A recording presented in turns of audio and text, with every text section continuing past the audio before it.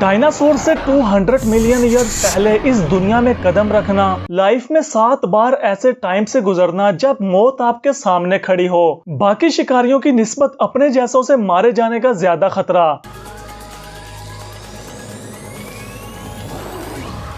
इन सब हालात के बावजूद आज तक ओल्डेस्ट लैंड एनिमल का टाइटल अपने नाम संभाल के रखा हुआ है इन स्कॉर्पियंस ने। आखिर इनकी लाइफ कैसी है और मेडिकल साइंस में ये ऐसा क्या फायदा पहुंचा रहे हैं जिसकी वजह से इंसान इनके पीछे पड़े हुए हैं, चलिए जानते हैं।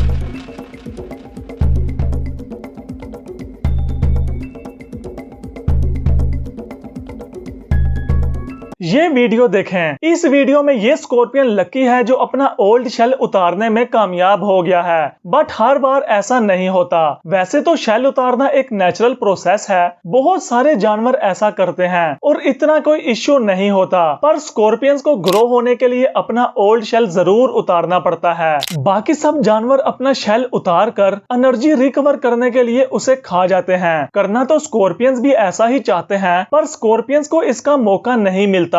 ये मौका क्यों नहीं मिलता वो मैं आपको आगे बताऊंगा। पर कभी आपने चाइनीज प्रिंसेस का फुट बाइंडिंग वाला प्रोसेस देखा है? उसके बाद उनके पांव कैसे हो जाते हैं? सेम ऐसा ही स्कॉर्पियंस के साथ भी हो जाता है अगर वो अपने पुराने शेल को उतारे ना तो। एक रिसर्च के मुताबिक 30% स्कॉर्पियंस इसी शेल चेंज करने वाले प्रोसेस में ही मर जाते हैं। दरअसल शेल उतारने का प्रोसेस पूरे 1 दिन का होता है और अगर स्कॉर्पियंस इस 1 दिन के अंदर अंदर अपने शेल से बाहर निकल आए तो ठीक, वरना इनके मरने के चांसेस 99% हो जाते हैं। कुछ भूख की वजह से मर जाते हैं, कुछ के बॉडी पार्ट्स डैमेज हो जाते हैं। अगर वहां से बच जाएं तो शिकारियों की आसान खुराक बन जाते हैं।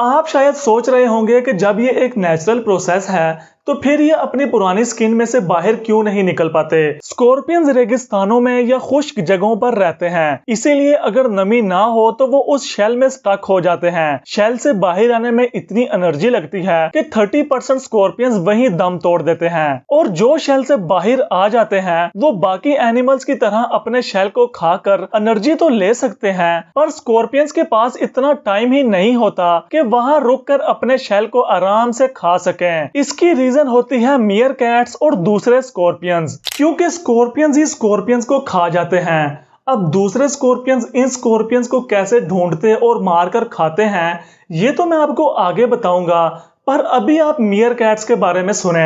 वैसे तो स्कॉर्पियंस के बहुत सारे शिकारी हैं, पर मियर कैट्स इनकी सबसे बड़ी शिकारी हैं और इनका काम ऐसे स्कॉर्पियंस को ढूंढना होता है जिन्होंने हाल ही में शेल उतारा हो, वरना स्कॉर्पियंस 19 किलोमीटर पर घंटा की स्पीड से भाग सकते हैं और कभी कभी अपनी जान बचा ही लेते हैं। बहरहाल मियर कैट्स ने अपने बच्चों को शिकार करना सिखाना होता है। मियर कैट्स ऐसे स्कॉर्पियंस को ढूंढती हैं, उनको डिसेबल करती हैं और फिर अपने बच्चों के आगे छोड़ देती हैं जो इन पे शिकार करना सीखते हैं, ताकि ये बच्चे बड़े होकर जहरीले और जानलेवा स्कॉर्पियंस को पकड़कर खा सकें। वैसे तो सब स्कॉर्पियंस ही जहरीले होते हैं, पर इनमें से 25% ऐसे हैं जो इंसानों की जान ले सकते हैं। पर इसी जहरीलेपन की वजह से ये स्कॉर्पियंस करोड़ों रुपीस में ब्लैक मार्केट में बेचे जाते हैं। अब ये इतने महंगे क्यों हैं, इसकी रीजन आप आगे जानकर हैरान हो जाएंगे। स्कॉर्पियंस हमेशा से इतने जहरीले नहीं होते। जब ये पैदा होते हैं तो बिल्कुल एक चावल के दाने की तरह दिखते हैं, जो पैदा होते साथ ही अपनी माँ की पीठ पर चढ़ जाते हैं। उस टाइम इनकी बॉडी पर शेल बिल्कुल भी नहीं होता,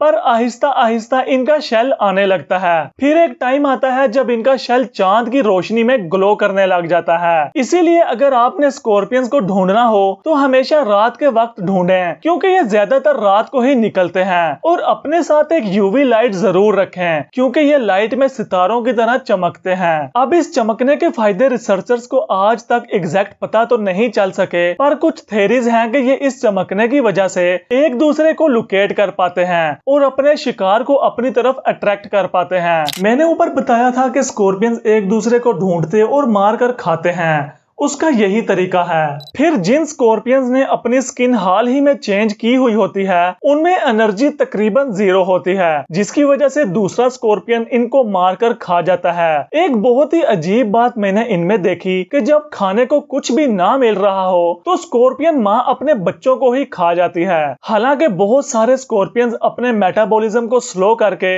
1 साल तक बिना खुराक के जिंदा रह सकते हैं, पर जब बच्चों के लिए खुराक ना हो तो माँ उनको खा जाती है। मतलब खुद भूखी हो तो भी बच्चों को खा जाएगी और जब बच्चे भूखे हो तो भी बच्चों को खा जाएगी। शायद इसीलिए स्कॉर्पियंस अंडे देने वालों में नहीं बल्कि बच्चे देने वालों में शुमार हो गए कि जब भी भूख लगे इन्हीं को खा जाएं। मेटाबॉलिज्म स्लो करके साल तक भूखा रह सकना स्कॉर्पियंस के लिए जहां फायदेमंद है वहीं नुकसानदेह भी है, क्योंकि इसी वजह से इंसान इनके पीछे पड़ गए हैं और इनके जहर से ऐसी दवाइयां बनाई जा रही हैं जिससे हड्डियां स्ट्रॉन्ग रहती हैं। मतलब हड्डियों के वीक होने के प्रोसेस को स्लो किया जा रहा है। और सिर्फ यही नहीं किया जा रहा बल्कि स्कॉर्पियंस के जहर से ब्रेन ट्यूमर का भी इलाज किया जा रहा है। जहां साल के तकरीबन 3250 लोग स्कॉर्पियंस के जहर से मर रहे हैं, वहीं पता नहीं कितने लोग इनके जहर से बचाए भी जा रहे हैं। अभी तो इनके जहर पर और बहुत सारी रिसर्चेज हो रही हैं, इसीलिए तो ये ब्लैक मार्केट में करोड़ों में बेचे जाते हैं। अब ऐसा ना हो कि आप सब काम छोड़कर स्कॉर्पियंस पकड़ने ही निकल पड़े।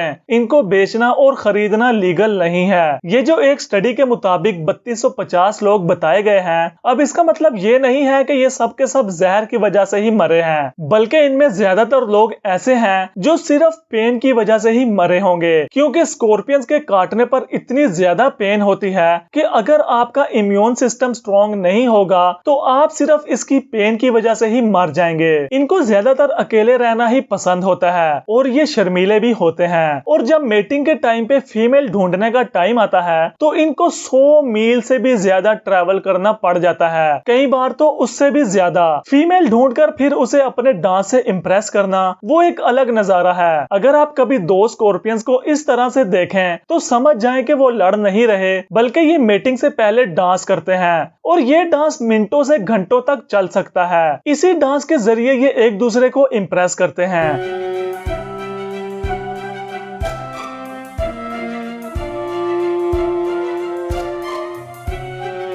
मॉनसून की स्टार्टिंग इनका ब्रीडिंग सीजन होता है, जहां बहुत सारी लकड़ियां या गंद वगैरह हो और जरा नमी वाली जगह हो, वहीं पे अपनी आबादी को बढ़ाते हैं। नमी वाली जगह ये शायद इसीलिए चुनते हैं, शेल उतारने वाले प्रोसेस की वजह से बच्चों के मरने के चांसेस ज्यादा हो सकते हैं अगर नमी वाली जगह नहीं होगी, क्योंकि कुछ बेबी स्कॉर्पियंस 2 साल तक अपनी माँ के साथ ही रहते हैं और 2 सालों में 2 बार तो शेल उतारना ही पड़ता है। 2 साल बाद ये शिकार करना शुरू कर देते हैं और जब ये शिकार करते हैं तो इतने तरीके से करते हैं कि इनको पता होता है कि सामने वाले को मारने के लिए कितना जहर इस्तेमाल करना है। अपने जहर को ज्यादा जाया भी नहीं करते, क्योंकि कम से कम 2 हफ्ते लगते हैं इनको अपना जहर रिस्टोर करने में। उस टाइम तक ये अपने शिकार को मारकर नहीं खा सकते। वैसे तो इनके पिंसर्स भी काफी स्ट्रॉन्ग होते हैं, पर उससे किसी चीज को मारना जरा इनके लिए मुश्किल है। 420 मिलियन सालों से अभी तक सरवाइव करते आने की रीजन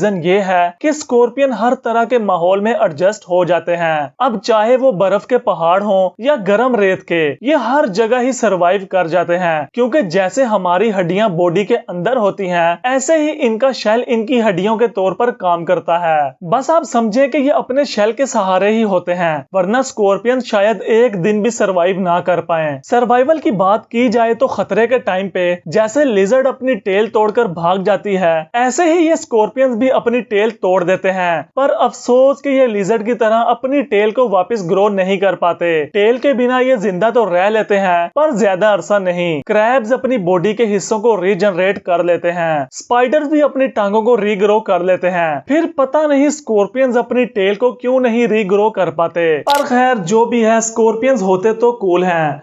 आपको स्कॉर्पियंस पसंद है या नहीं, कमेंट्स में जरूर बताना। और अगर आपको वीडियो देखने का मजा आया हो तो चैनल को जरूर सब्सक्राइब कर लेना। मिलते हैं नेक्स्ट ऐसे ही किसी इंटरेस्टिंग वीडियो में।